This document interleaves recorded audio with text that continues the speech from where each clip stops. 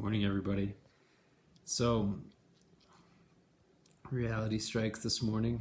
Got to take care of my baby, and so I just wanted to jump on here real quick. I haven't had a chance to get myself into fine visual order, but in any event, I wanted to talk about something that came up in meditation this morning, and that is questions. So when we ask ourselves questions, we've heard there's some social research out there that talks about the prefrontal cortex and how asking ourselves open-ended questions will light up the higher parts of our brain and our creative intelligence, and that's true. But what they don't talk about is the part after that, which is not struggling for an answer once we ask the questions, because we don't know. That's the point. If we have something in our life that we need to cultivate, we want to create a new future. Well, we don't know what that looks like yet, and our brain will spit out whatever it's already got on any given subject. For example, ask yourself about Donald Duck, and boom, you're going to start seeing images of Donald Duck.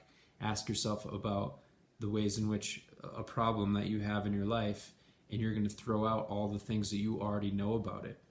And so your brain, the part of your brain, the lower part of your brain, the habituated part of your brain where you're trying to transform, if you are wanting something new in your life and you're wanting to get away from an old pattern, well, that part of the brain is like a playback and record machine. All it has is playback and record. It does not have a erase button, and it does not have any new information. And so basically, it will continue to put out what it already knows on the subject.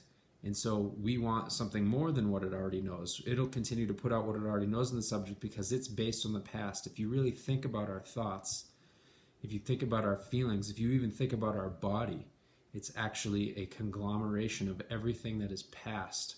And so what we're trying to do, actually, when we're really trying to change, is we're actually trying to not live from the past, but we're trying to live from the future.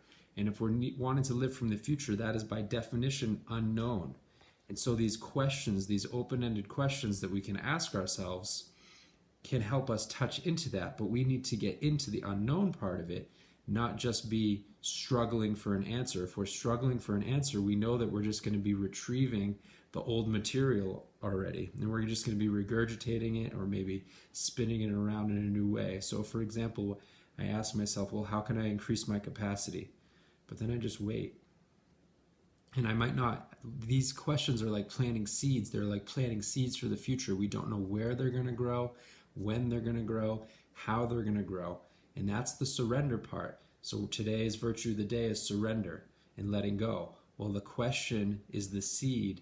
The letting go is the surrender. And then it puts your base, it puts your consciousness on search mode. And it puts your kind of environment in a more fertile ground for these seeds to grow. And you don't know when or how, but you'd be pleasantly surprised when they do. And that's when you know that you've created change, real change, because it came from the unknown. You're pleasantly surprised, and yet you can help that. You can help create the conditions for that by planting seeds via open-ended questions and then letting go, surrendering, not trying to struggle for an answer in the moment. All right? Enjoy that. Love you all. Got to get back to baby. Bye.